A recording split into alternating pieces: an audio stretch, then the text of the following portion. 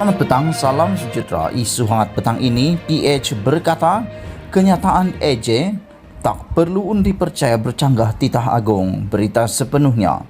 Pemimpin Pakatan Harapan PH menyatakan rasa terkejut dengan kenyataan Peguam Negara Idrus Harun bahawa undi percaya tidak perlu dilakukan apabila Dewan Rakyat bersidang pada 13 September ini. Menurut mereka, kenyataan Peguam Negara itu bertentangan dengan titah yang di-Pertuan Agong kepada semua ketua parti sewaktu sesi menghadap baginda di Istana Negara pada 17 Ogos lalu. Seperti yang terakam di dalam kenyataan media Istana Negara bertarikh 18 Ogos 2021, Seri Paduka Baginda telah bertitah bahawa Perdana Menteri yang telah dilantik oleh Baginda menurut Perkara 40 dalam kurungan 2 kurungan E dan 43 dalam kurungan 2 kurungan E, Perlembagaan Persekutuan hendaklah secepat mungkin mengemukakan usul undi percaya di Dewan Rakyat untuk mengabsahkan beliau mendapat kepercayaan majoriti ahli Dewan Rakyat. Titah Seri Paduka Baginda ini turut ditekankan timbalan yang di-Pertuan Agong dan keperluan undi percaya ini telah dipersetujui semua ketua parti, katanya dalam satu kenyataan bersama hari ini. Kenyataan bersama itu dikeluarkan Ketua Pembangkang Anwar Ibrahim, Presiden Amanah Muhammad Sabu dan pemimpin DAP Lim Guan Eng. Ini susulan kenyataan Idrus bahawa undi percaya tidak perlu dilakukan kerana yang di-Pertuan Agong telah melantik Ismail Sabri Yaakob sebagai Perdana Menteri mengikut Perlembagaan Persekutuan. Idrus berkata undi percaya di Dewan Rakyat juga akan berjejaskan kuasa yang di-Pertuan Agong. Penting diingatkan bahawa Peguam Negara telah hadir menjadi saksi, malah telah mendengar sendiri titah Seri Paduka Baginda sewaktu sesi menghadap ini. Di manakah logik dan kewarasan Peguam Negara apabila berkata kuasa Seri Paduka Baginda melantik Perdana Menteri boleh ditidakkan dengan satu usul undi percaya di Parlimen apabila pembentahan usul undi percaya itu dititah sendiri oleh Seri Paduka Baginda? Soal pemimpin PH. Mereka mengimbas duluan Presiden sebelum ini, iaitu apabila usul percaya dilakukan selepas yang di-Pertuan Agong melantik seorang Perdana Menteri bagi menggantikan Perdana Menteri sebelumnya.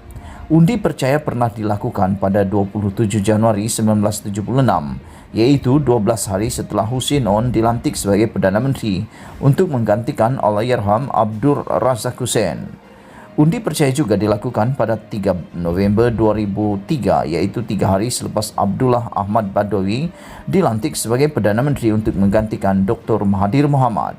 Oleh yang demikian, Majlis Presiden beranggapan bahawa kenyataan Peguam Negara bagi pihak kerajaan ini adalah amat biadab, melanggar semangat Perlembagaan Persekutuan, malah melanggar titah dan juga derhaka terhadap Seri Paduka Baginda. Ini juga merupakan kali kedua Peguam Negara telah derhaka terhadap Seri Paduka Baginda yang sesungguhnya amat mengecewakan dan beliau tidak layak memegang jawatan Peguam Negara.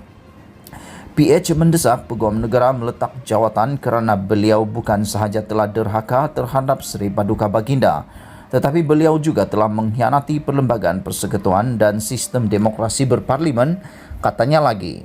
Majlis Presiden PH turut mendesak agar Perdana Menteri Ismail Sabri Yaakob tidak mengikut nasihat Idrus dan mengingatkannya untuk tidak mengikuti jejak bekas Perdana Menteri Muhyiddin Yassin yang keabsahannya selaku Perdana Menteri dipertikaikan.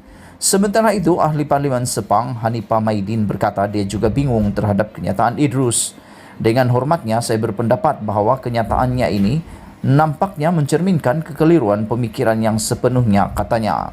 Bekas timbalan Menteri di Jabatan Perdana Menteri yang bertanggungjawab dalam hal ehwal undang-undang itu berkata, Idrus mendakwa ia tidak ada kaitan dengan undang-undang atau perlembagaan. Peguam yang terpelajar seharusnya tahu bahawa Agong telah bertitah di kalangan semua ahli parlimen bahawa pelantikan Perdana Menteri akan diuji melalui undi di parlimen dan ini berasaskan keadilan, kata Hanifah dalam satu kenyataan berasingan. Pemimpin veteran DAP Lim Kit Siang turut menyuarakan pendapat yang sama. Terdapat banyak kesilapan dalam beberapa hari lalu. Pelantikan semula 3 duta khas, pelantikan semula Muhyiddin untuk mempengerusikan Majlis Pemulihan Negara dan keengganan melakukan usul percaya di Parlimen, kata anggota Parlimen Iskandar Putri itu. Berita dipetik dari Malaysia Kini. Sekian isu hangat petang ini. Jangan lupa tekan butang subscribe dan kita jumpa lagi. Bye-bye.